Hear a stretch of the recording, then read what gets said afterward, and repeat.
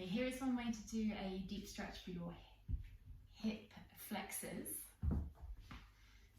So you're going to need something to prop your hips up with, so either a block or a foam roller. And a cushion is always nice, particularly if you've got a ponytail. There's just another way to support your neck. When you're laying down, you're going to take your item and lift your hips up off the floor. Place the firm item underneath your hip. So this is the top part of your pelvis.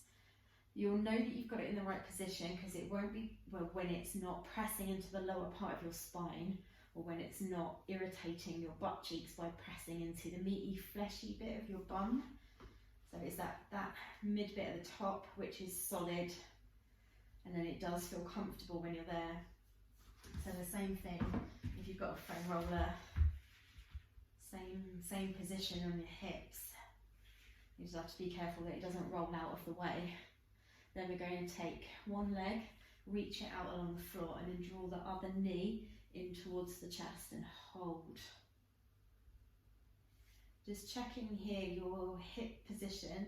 So we want to get a tiny tuck of the tailbone, which means that your hip bone is then trying to tip towards your rib cage, not the other way. Even though the other way may feel like it's stretching out your hip, it's going to bring compensation into like your spine, so it might not be as deep as you think it is. So that little tuck of the tailbone here, yeah, that's really nice.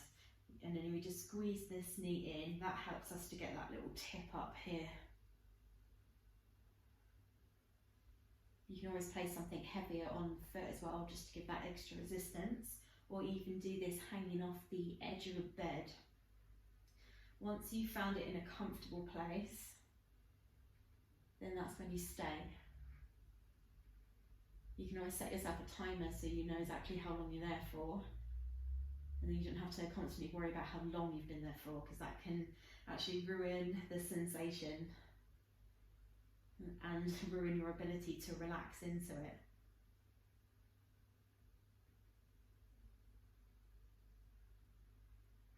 So yeah, I'd recommend for a nice deep stretch, 3 to 5 minutes of just being in the same place.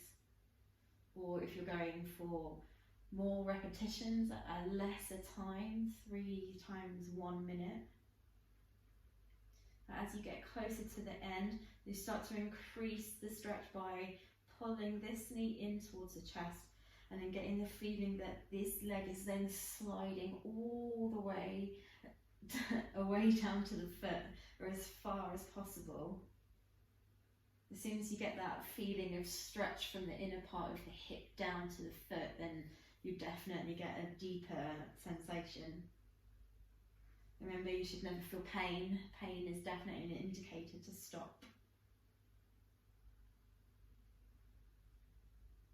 And when you make your way out of the pose, you will bend the knee and slide the foot along the floor, let go of the other one, and then swap sides. Or if you're at the end, then squeeze your butt cheeks to lift your hips up off the floor and remove the item.